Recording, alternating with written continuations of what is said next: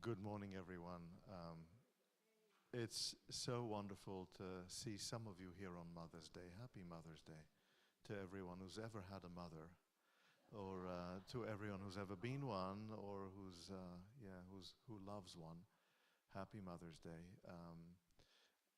This is our 22nd session in this series, besides for the special sessions, the 3 special sessions we've led, which means that this is our 25th session, and this is the last session I will lead here. The next session, next Sunday, will be a conversation that you will be leading, and I will at that moment say goodbye. But this is our concluding session for me before the mic turns to you. And so I'm going to first of all, thank you for being here on Mother's Day. I have been waiting to see really who's going to be here, thinking there would be no one here because it's Mother's Day. And I'm so grateful for your being here on Mother's Day instead of being out for brunch or doing other things with family. I am really grateful to you for being here, and I wanted to start because I heard that there were people online who were watching us and who were waiting for us to start. So to those of you who are online, thank you. Thank you for joining us online. What we're going to really do today is wrap up. And wrap up by doing a couple of things that will hopefully lead to the conversation we're going to be having next week. Today we're not going to do text. Last week, as you know, was my last text teaching session. And so today we're going to have an opportunity to, as it were, tie all of this together and at least ask ourselves the right questions and figure out where we go from here and how we ask ourselves the right questions and how we continue to learn and to grow on the basis of these questions that we ask ourselves. So this is what we're going to do today, and I'm grateful to you for being here with me, as always. So we're going to start, and I am looking for the. It's on the piano. Thank you. You're fine. Thank you. So we're going to start, and we're going to ask ourselves a couple of questions, and we're going to do a couple of things today. The first that we're going to do is we're going to try to connect the dots. We're going to try to think about all the pieces of the liturgy of the Jewish prayer service that we've looked at from the morning prayer service. We're going to try to figure all of this out and figure out how they fit together. And try to get ourselves thinking about what the unfolding experience of prayer is. What is that experience? How does that experience work? And we're going to try to ask ourselves the question, how does it work for us? What does it do for us? And this is something that we're going to be thinking about as we move forward, especially for next week. And this isn't homework, but I am asking you to think about this. I am asking you to think about what is the unfolding experience of prayer. And it's not an easy question. Then we're going to ask ourselves some of the big questions we started out with at the beginning of this series. And we're going to go back and flesh them out and see whether there's a real opportunity for us now to ask them differently and see where we take them. And then we're going to set up the conversation we're going to have next week. And hopefully you're thinking about how your prayer practice could grow, or even whether the prayer practice is right for you. How does it function? Is this the right thing for you? And if so, how does one grow it? What does one do with it? That's what we're going to do today. Okay? Any questions before we go? Okay. Okay. Well, we're gonna start.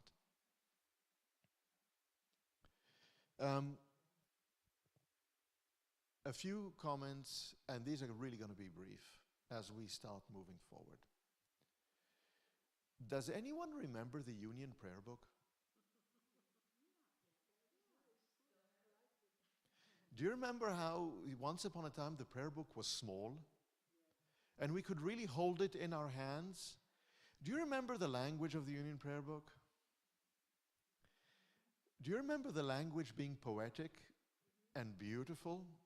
Right? Do you remember the Union Prayer Book? And the Union Prayer Book in many ways is more creative and more succinct than the prayer book we have now.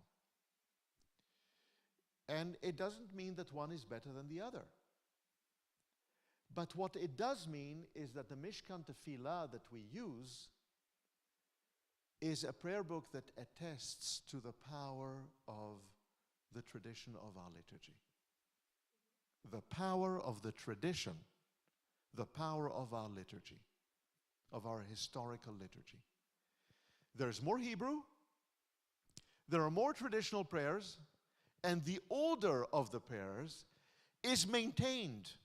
The basic structure of our prayer service is maintained in the Mishkan Tefillah in a way that, in a certain way, returns back to the tradition, returns to a sense of rootedness from the Union Prayer Book and from Gates of Prayer.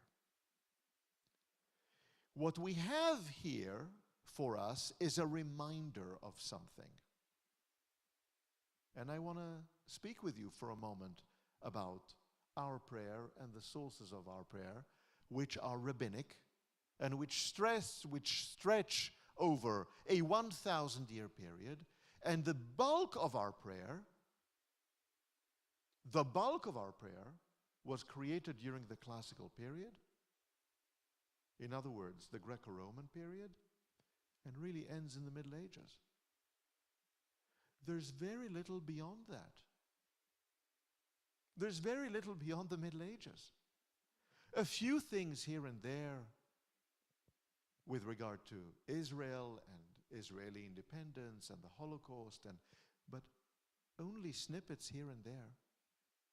The bulk of our prayer, the structure of our prayer, is from that 1,000-year period, approximately 1,000 years, that ends at the end of the High Middle Ages. Right? These are the sources of our prayer. This is the structure of our prayer. This is what we do here when we come every Friday night. This is what we do on Shabbat. This is what we do for our Bnei Mitzvahs, right? We, through our prayer, are expressing a yearning for rootedness, for something that relates to our tradition, to our legacy that comes to us from the past. Where is the creativity? Where's the newness? And where is the place for that creativity and that newness? And I want us to think about this. Is there no place for it in our prayer service? Of course there is. But where is it, and what is the mix between the new and the tradition, the legacy, the rootedness, right? And I'd like us to think about this. What is our unfolding prayer? And how does it function? And why? And we've started to see all of this over the past 20-some weeks. I wanted us to ask a number of questions of ourselves with regard to the words that we use in our prayer. We use a whole number of English words, some of which are difficult, some of which are vague, and some of which are more comprehensible. And then we use Hebrew words. And then we use Aramaic words. And I wanted you to start thinking about, with me, how many of these words do we really understand? How many words do we really know? Do we really know where they come from? And does it really make a difference? What are these words that we use? Right? You think about this for a moment, and I think about this all the time.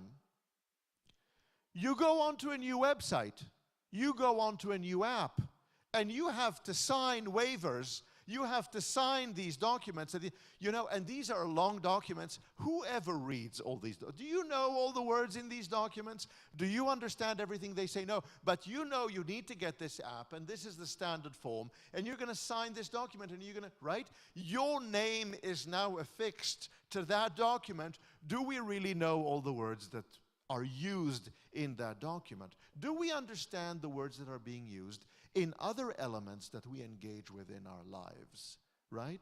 You buy something at the store, you're going to eat it.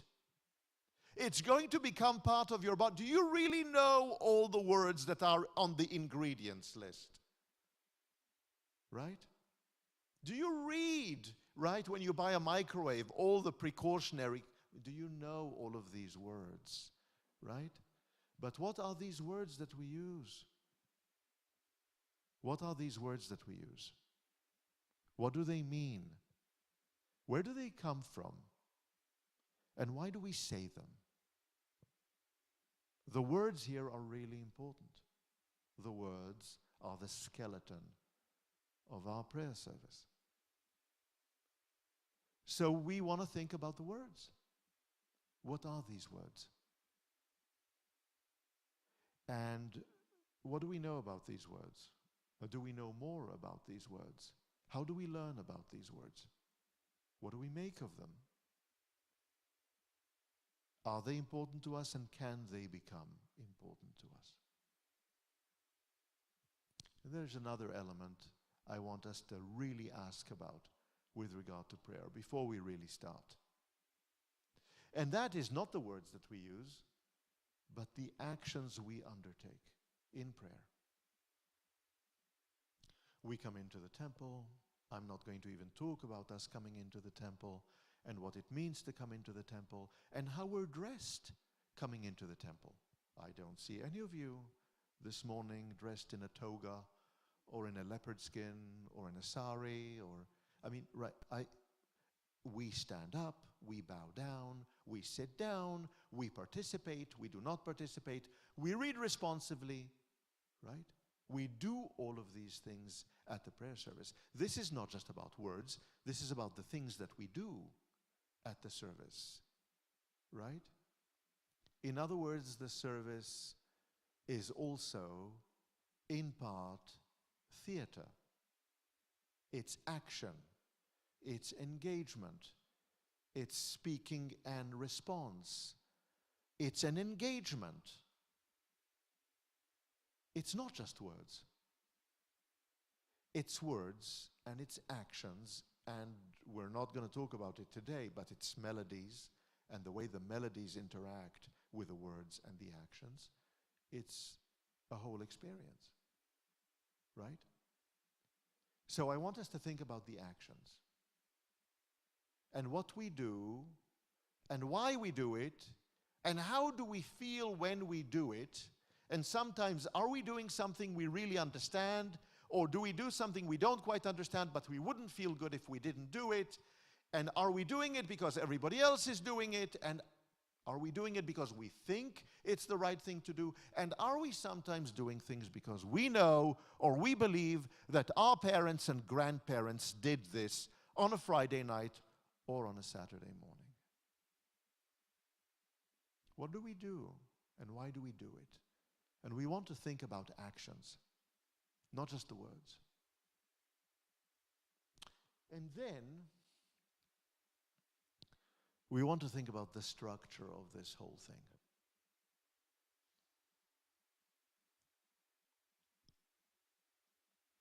So before we go into the big questions, let's try to tie together everything that we have been looking at over the past 25 or so weeks.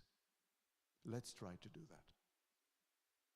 And let's try to figure out what the structure really is. And I'm going to use as an example the prayer service that we follow in the morning, because that's what we've been looking at for all these weeks. Let's try to do that. Let's try to figure this out together. We, if you recall, started looking at the morning blessings. And remember that the morning blessings started out in part being spontaneous blessings that we say in the morning as we wake up and as we start to do things. There is a blessing for putting one's feet on the floor and standing up and saying, my goodness, I'm able to stand up. There's a blessing for being able to open one's eyes in the morning. There's a blessing for returning to consciousness in the morning. There's a blessing that occurs when one hears the birds chirping outside and one sees the sun rising in the morning. There are blessings that are meant to be, and we talked about all of this, spontaneous blessings. I am here. I've woken up. I'm able to get up.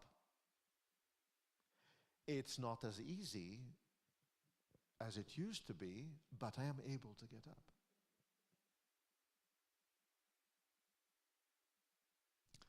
And there are elements of the prayer, of the blessings of the morning, that are more about who I am, my identity. This is who I am. I happen to be male, I happen to be female, I happen to be of this gender, I happen to be of that gender, I happen to identify myself in a particular way. I happen to be a member of the people Israel.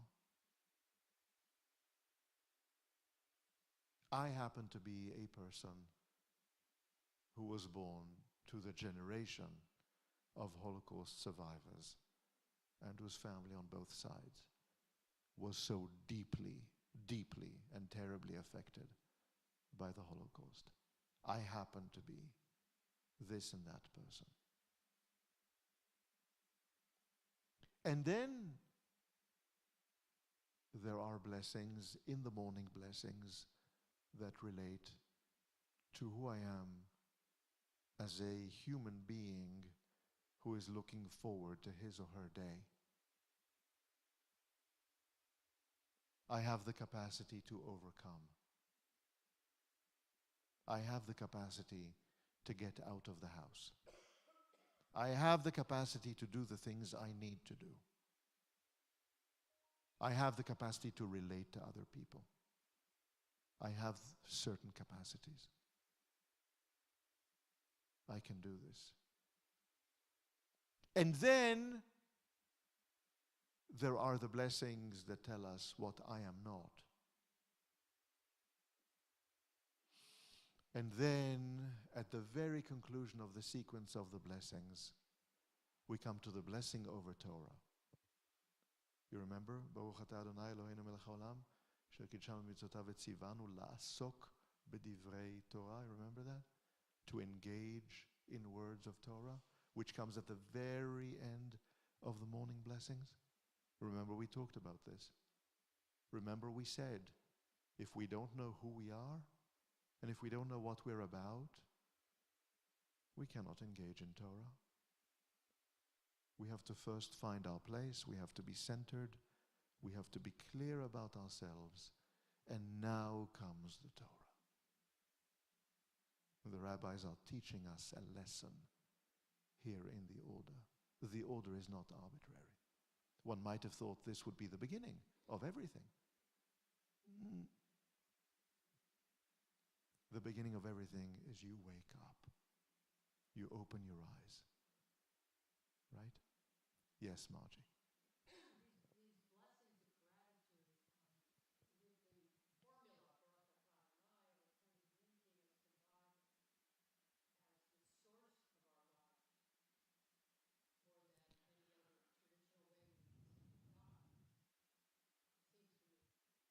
Well, so Margie's question is, these blessings of the morning link us to God through the formula, Baruch atah Adonai Eloheinu melech haolam. Of course.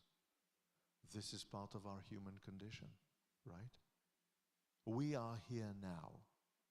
There were others before us here, right? There will be, we hope, we believe, others after us, right? But we are here now. We are here now. We are not Adonai, we are not eternal, we are here now. Yes? Of course they link us to God. This is part of our human condition, right? We recognize our human condition in this moment wherein we wake up and are grateful for waking up and for being who we are. Absolutely. Yes? And we end with a blessing of Torah, which leads us to the praises, the Psalms, which we really did not go over here in this session, but which leads us onto the moment, the cosmic moment of the opening of our prayer service, the formal prayer service. Remember what we talked about in the context of the Baruch Hu. And we get up and we bow down, and the Baruch Hu is this powerful moment, which used to be the moment, as we saw and as we read and as we discussed, of connection with our ancestors, with past generations. And the moment wherein we're able to somehow bring them back and take cognizance of our world in the context of previous generations. And the humanity and flawed nature of previous generations, along with the gifts that they left to us. Yes? Which leads us to the Shema and the moment of the covenant, our eternal covenant. And we saw how the Shema came about. Remember how the Shema came about, and remember the pledge of allegiance in the ancient Near East to all of these kings, and the language of the Shema, and us looking into the Shema and thinking about how the Shema came about. And that is a moment wherein we fulfill the words of the blessing we uttered before, la'asok b'divrei Torah, to engage in words of Torah. We are reading words of Torah in the 3 paragraphs of the Shema, and we are right here in the core of our covenant. And our covenant is our hope. It's not only our rootedness, it's our hope. Because the covenant will continue. And it's the Shema and the blessings of the Shema and our reiteration of the covenant that finally leads us to the tefillah, to the prayer. And we looked at various elements of the tefillah, and remember, we looked at tefillah, and we looked at the kedusha, we looked at a whole number of the different elements. And the high point, the pinnacle of the tefillah is the kedusha, is the sanctification, and the notion of sanctity, the notion of that which is holy. But the beginning of the tefillah is extraordinarily powerful, and we move forward all the way to the sanctification and eventually to prayers of peace towards the end of the tefillah. That is our prayer. That is the central pillar of our prayer. We end, of course, with both the Aleinu and our reminder of the need for the world to be redeemed, and the recognition that the world is not redeemed, and the mourner's Kaddish. And we do this over and over and over again. Every single morning, every single day. In fact, we have 3 prayers we utter every day. 3 sets of prayers. This is one of them. Every single day. But on Friday night, we come here to the chapel, we come here to the temple, and we pray the same prayers over and over again. We go through the service, the Friday night service, over and over again. How many of you have the same meal every week over and over and over again? How many of you do that? How many of you go to the same restaurant, at the same table, the same menu? How many of you do that? If it is a dessert, and if you really like it, yeah, okay, right? Yes. Think about this. Think about now we laugh. It's good for us to laugh. It's important for us to laugh. How many of you shower every day? Okay. How many of you do other things that we need to do every day, and it turns out we do them the same way every day, as long as we can? We do them the same way every single day. And actually, it's good for us and it brings us comfort. Yes, Michael?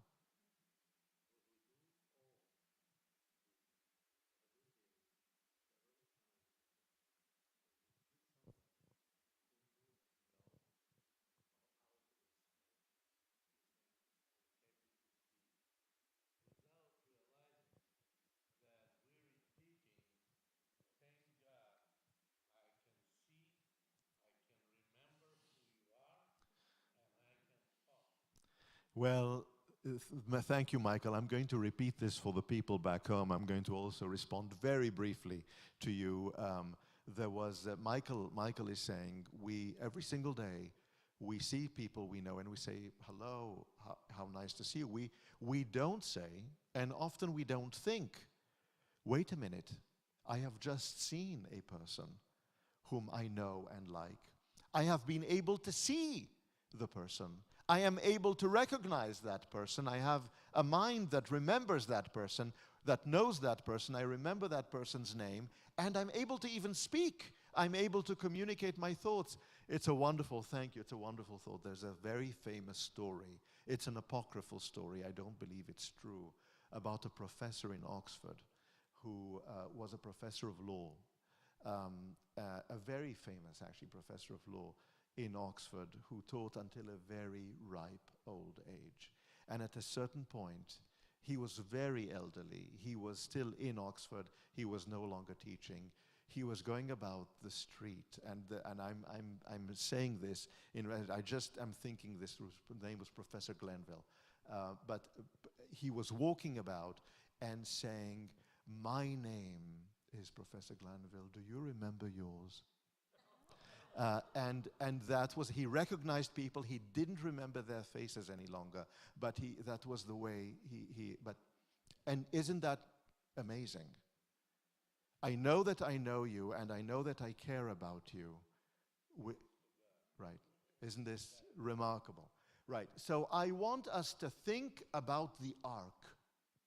I want us to think about the experience. I want us to think about the unfolding. I want us to think about this being in the order that it is, us having discussed all of this together, because what we're talking about is an exercise not only of eating or ingesting a particular meal every single day, but an exercise of spiritual hygiene.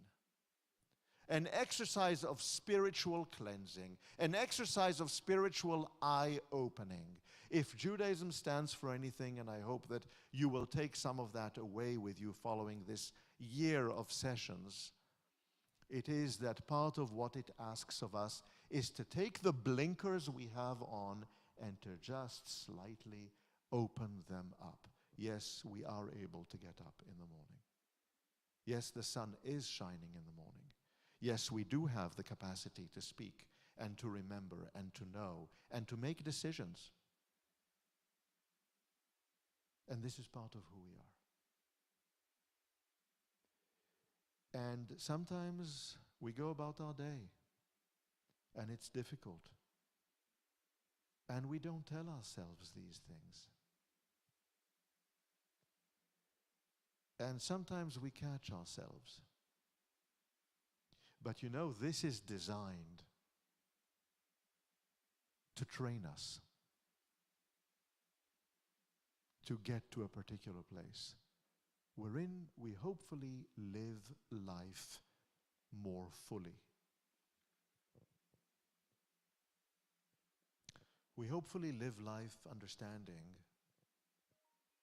that we're not the end-all and be-all, that we're not where it all started, and that we are here because other people were here before us, and that we are here to leave something for other people too,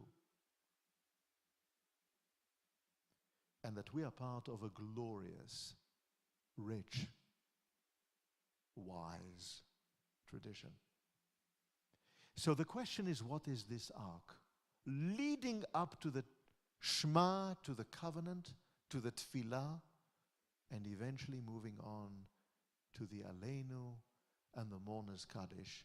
And I want you to think about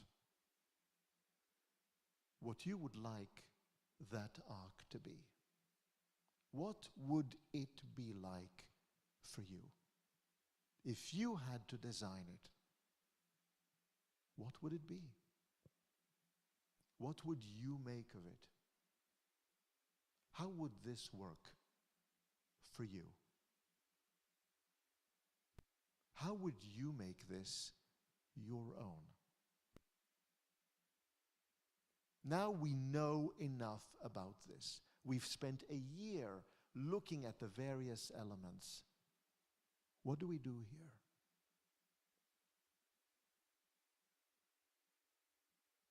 Right, Zoya?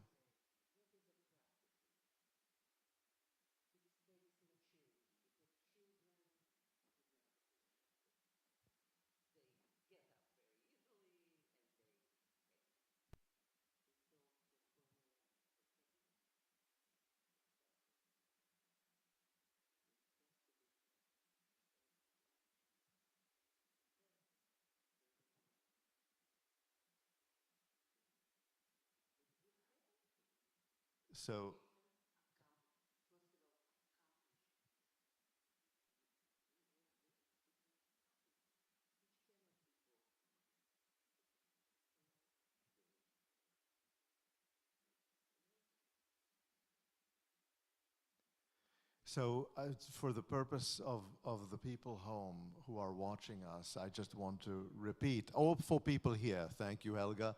I want to repeat what you said, Zoya. You said, first of all, you started out with saying children cannot get it. You know what children do get? I can tell you because they learn by heart. Children learn this by heart. Children are, you know, so I could recite the Shacharit by heart, and I could recite the blessing after the meal by heart. You know, you recite these things. Do you understand what you are saying? No, but you get your mind programmed to learning certain things by heart. But actually doing this, as you said, Zoya, is a practice. And it is a daily practice. And it is a practice that has to do with self-respect, you said, with joy, with happiness, with a sense of centeredness and a sense of accomplishment that no one can take away from you. And that is the practice. And it so happens, musicians who have a daily practice and who come to the instrument with a view to a particular kind of practice, or people who study the Bible or the Talmud daily, who come to it with a particular kind of practice. People who do things with a particular sense understand this notion of practice and routine. And the amazing thing is, every single day it's the same. And every single day it's a little bit different. Yes, Ellen.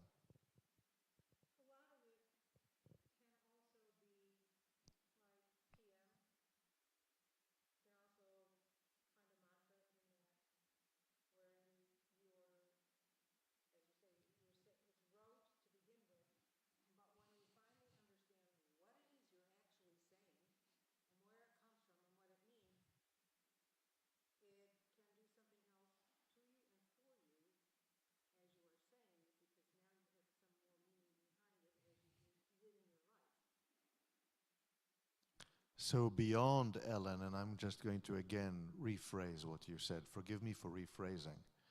But what Ellen just said is, on the one hand, it's a mantra, and on the one hand, it's repetitive, and on the one hand, it's the same words that we repeat, that we know by heart, that we repeat on a daily basis. On the other hand, and here is my paraphrasing, here is my rephrasing what you said, it is a platform. It is a platform for us to grow, to learn more about the words, to engage with the words differently and in a more rich and meaningful way, and for us to struggle sometimes with the words. and for us to get to a place we had not been in the context of this practice previously. Right? Okay, did I, yes? Is that, okay, okay, yes, okay.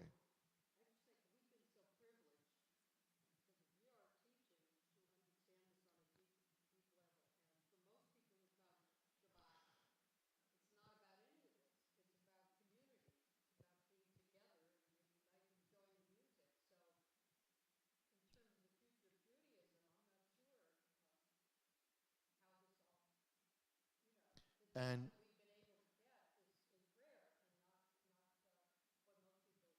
thank you, Margie. The compliment that you've paid to me, I don't have to repeat for the people online. I appreciate it and I'm grateful for it. Thank you for it. And I want you to hear and I want you to know that community is a high value, and that we shouldn't dismiss or somehow underrate the notion of people coming in to pray for a sense of community. That is important. Community is important. And part of what I am trying to communicate to you is not that we should set community aside, heaven forfend, but it is community to what end? It's community not just for the sake of community, but community for. And that is part of what the prayer service is about. And so it is not that community is not important. Community is deeply important. And we want community, and we want people to come in for community. And along with that, it's not instead of, it's not but, it's and. Along with that, it's community for. And it's what is our community for? What do we represent? What do we stand for? Because there are other communities out there. And we belong to multiple communities. All of us. Yes. Last one.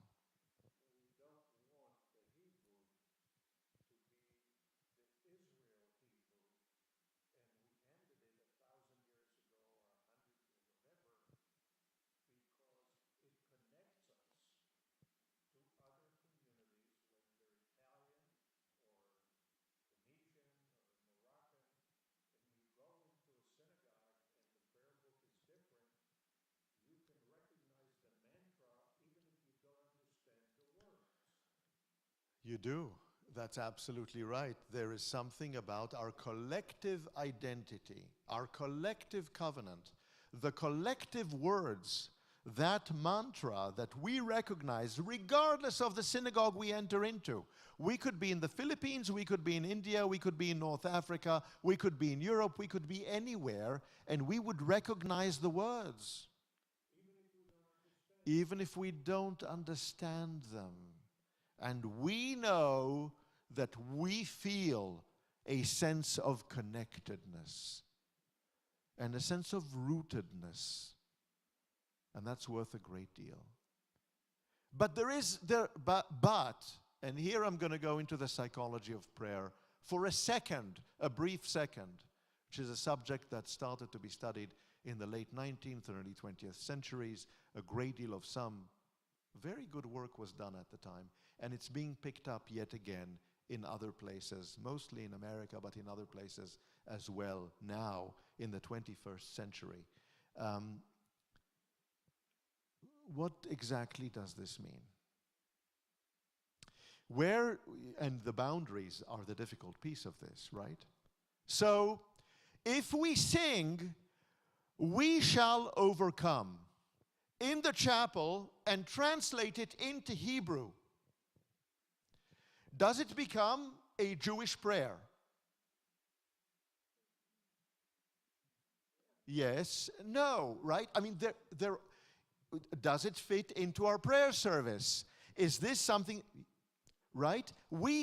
These are really interesting questions that we're asking about the mantra, about the language, about the words, about what we recognize, about what we don't recognize, the melodies. Sometimes even if we don't understand the words, we see everybody standing up, we see everybody bowing down. that's familiar, the actions. And we know where we are. And we say, oh, it must be the Baruch Hu. Oh, it must be this, it must be that. Now I recognize the words. This, what we are now talking about, is the surface. There's a great deal under the surface that we might want to one day continue to talk about, and that I invite all of you to think about. Okay? Yes? I would like to move forward. May I? Is that okay? Okay, good. So I want to leave you with these questions that we started asking, and that I want to invite us to talk about when we gather together again next week. I want us to take this question seriously now. We started out with it more than 25 weeks ago, 26 weeks ago.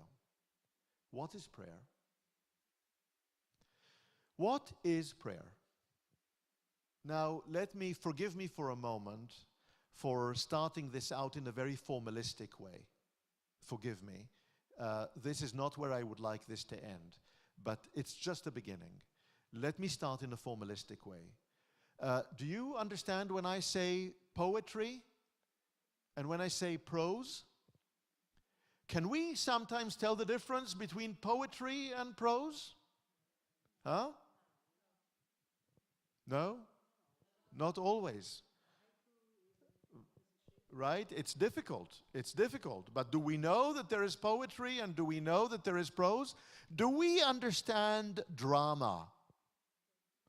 Can we tell drama? Can we understand drama? Yes? Can you tell a political speech? Can we tell a commercial? Do we know what a commercial is? Do we expect a commercial in different places? Right? We have these different parts, these different elements of discourse in our lives that surround us all the time. I want us to create an intellectual map of our discourse. Where does prayer fit? What is prayer in the greater world of human discourse? Where is it?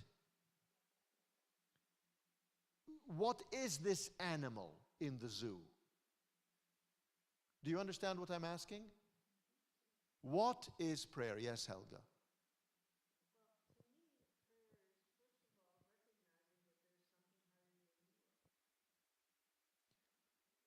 That's right.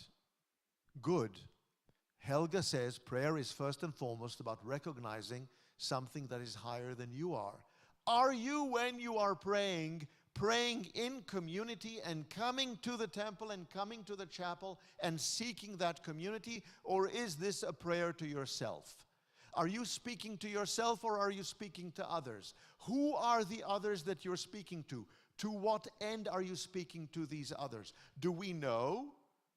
What is the purpose of a commercial? Does a commercial have a purpose? Yeah. What's the purpose of a commercial? To sell, right? The purpose of a commercial is to sell, right? What is the purpose of political speech? To persuade of one, to sell, to persuade of one. What is the purpose of poetry? What is the purpose of prayer? Where does prayer fit? What is prayer? What is this? Is it poetry? Is it prose? Is it political speech? Is it a commercial?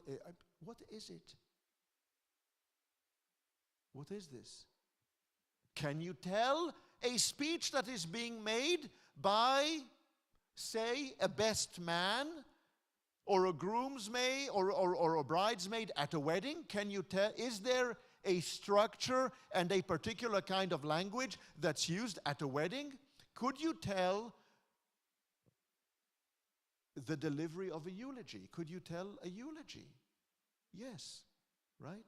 We can tell these different elements of our discourse. What is prayer? And I ask this question very seriously. Is it a monologue?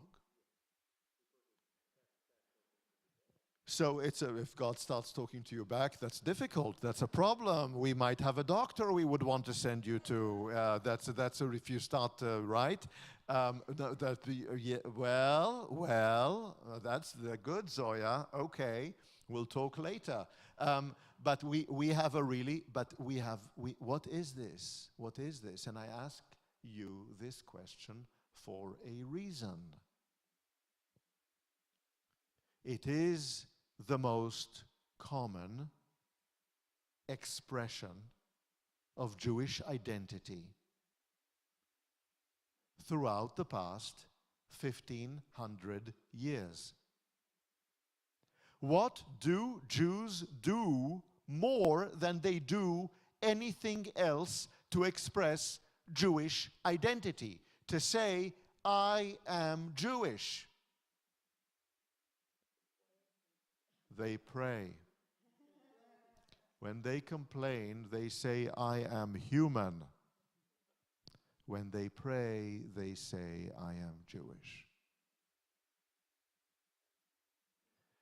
And prayer is an action. Prayer doesn't work when it's in the book and the book is closed. Prayer is an action.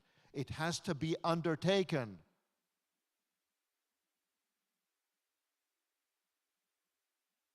And throughout the generations,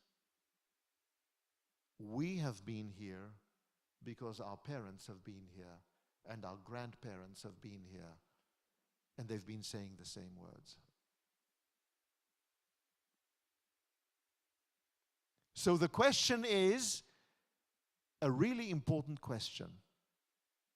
What is this animal and where does it fit? And I want you to think about it. We've started to flesh it out throughout the past year. I'm asking you, I'm inviting you to think about it. Okay. Question number 2.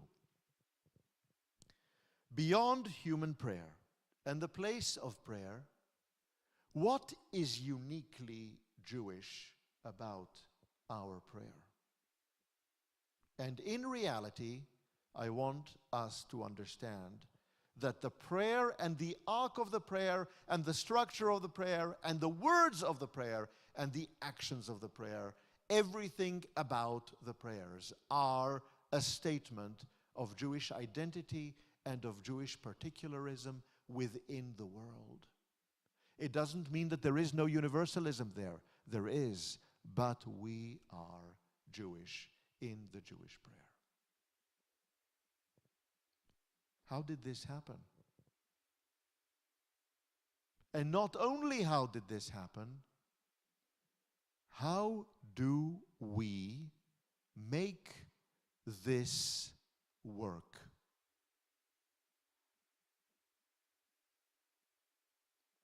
I have to ask you this question.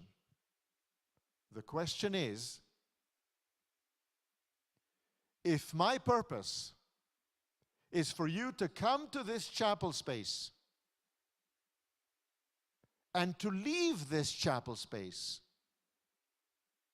after the prayer service feeling Jewish, how do we make this work? What is it that's going to make prayer Jewish?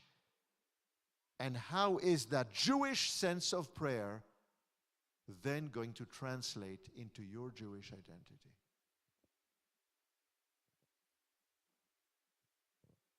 What makes this uniquely Jewish? A whole bunch of other people pray all the time. Prayer is not just ours.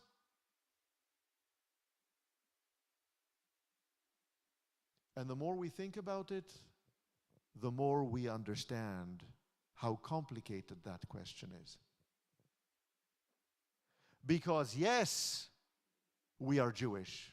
And yes, so much of what we do and say is shared. And we saw this throughout the past year. how porous the boundaries of our prayer are. It's not an easy question.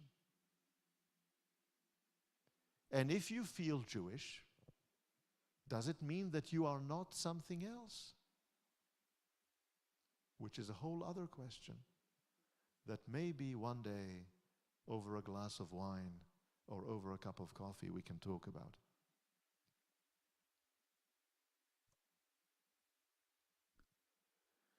Why do we pray? Why do we pray? Why do we as a collective pray? Who came up with this idea? Okay, people can pray on their own. It's a monologue. People are home. I woke up in the morning. I want to recognize this. I want to go through this spiritual practice. I want to do this. Why do we collectively pray? What are we doing here, coming here to collectively pray?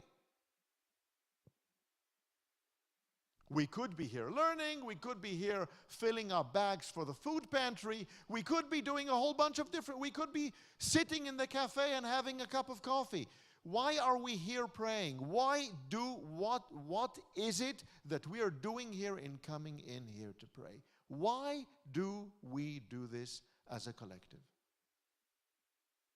What is the purpose of this? Who came up with it?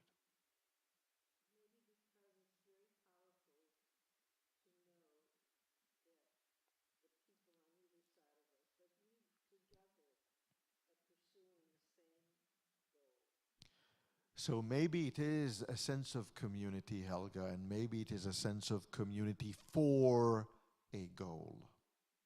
Yes, maybe. Maybe. Maybe it is for a sense of memory. Maybe it is for us to connect with our ancestors. Maybe it is our wish to pass something on to our children. It is maybe a whole number of different things. Why do we do this? Why do we do this? Do not dismiss the question. Why do we do this? Think about it.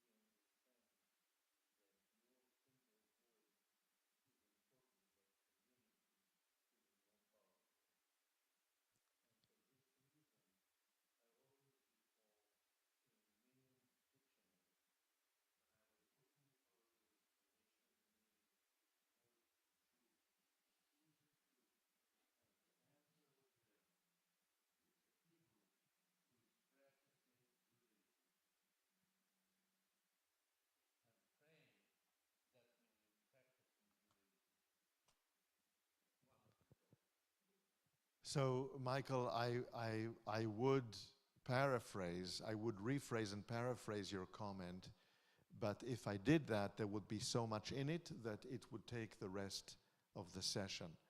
So forgive me for doing what you just did and offering people at home just the tip of the iceberg here. Number one is acknowledging and recognizing the existence of God that you mentioned. The other thing is being a practicing Jew. Number three is recognizing your own individual voice. Number four is recognizing your voice in community and your voice being enhanced in community and community being more powerful than your voice in isolation, right? And the notion of the Jew being a Hebrew who practices Judaism. So all of these things were included in your comment, and all of these things I could talk about for a really long time, and I'm not going to right now. But thank you for this. Yes, Margie.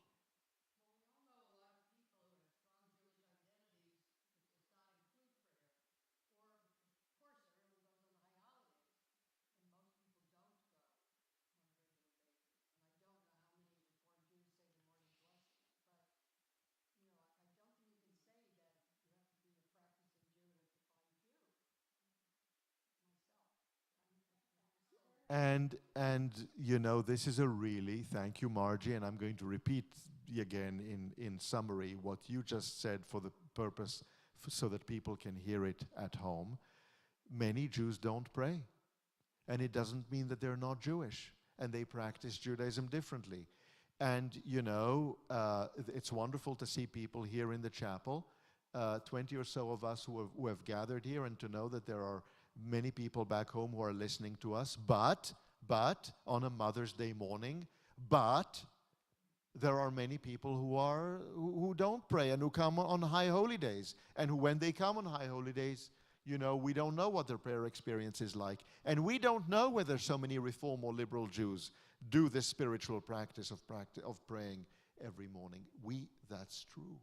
It's all true, right? And so when we do it, why do we do it? What is its intended purpose? Right? It's a really, and then, of course, comes the question of what happens if we don't? Which Michael raised with us. Now, then, how do we pray? I want you now to really think about this. How do you pray? How important is it for you to get up? How important it is for you to bow down? How important it is for you to utter the words? How do you pray? This gets personal. How do you do this? How do you do this? And it's you know, and I'm asking you, I'm inviting you to think about this. Because I bet for someone out there, I bet there are moments wherein you walked in the park and you ended up standing there looking at a tree or looking at your surroundings and thinking, and it was a moment of prayer for you. I bet for someone, somewhere, you woke up in the middle of the night and said to yourself, what is happening to me? What? And I must get through this. And that was a moment of prayer. Or thinking, what's happening with my child? And that's a moment of prayer.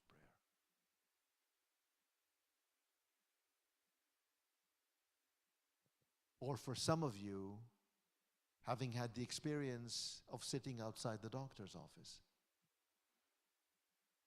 and thinking, I really need this to be good news. And I don't want bad news. And that is a moment of prayer. And I want us to think about this. And I want us to think about this. Everybody's mentioned community, so I'm highlighting elements that are not so community, but I want us to think about this. I'm inviting you to think about how you pray and what is the language of your prayer. How do you communicate to yourself and within yourself the prayer? None of these are easy questions. I'm inviting you to think about this.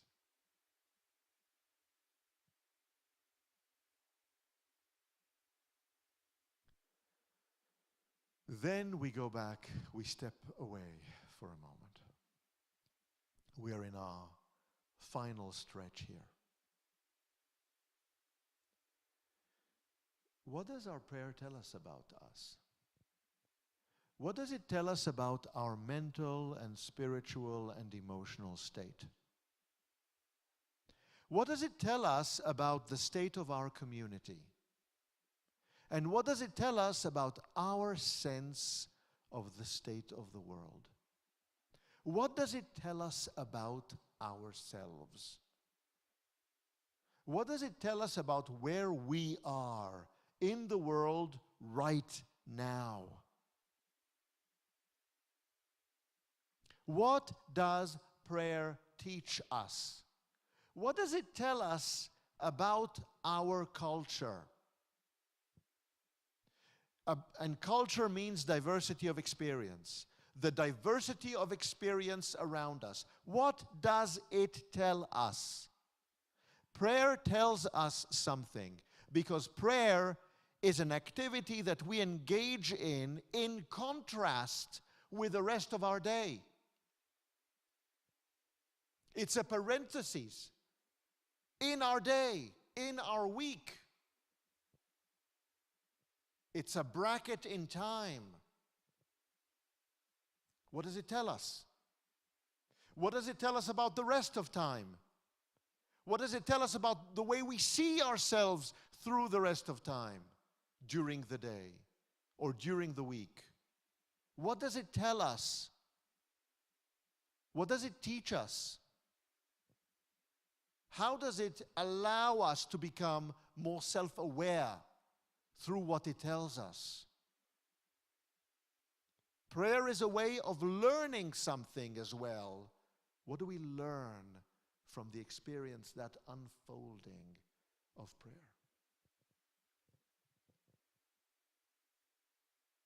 Has anyone ever come out of the chapel, of a prayer service, or of an experience of prayer, thinking to themselves, oh, I wish I had more of that.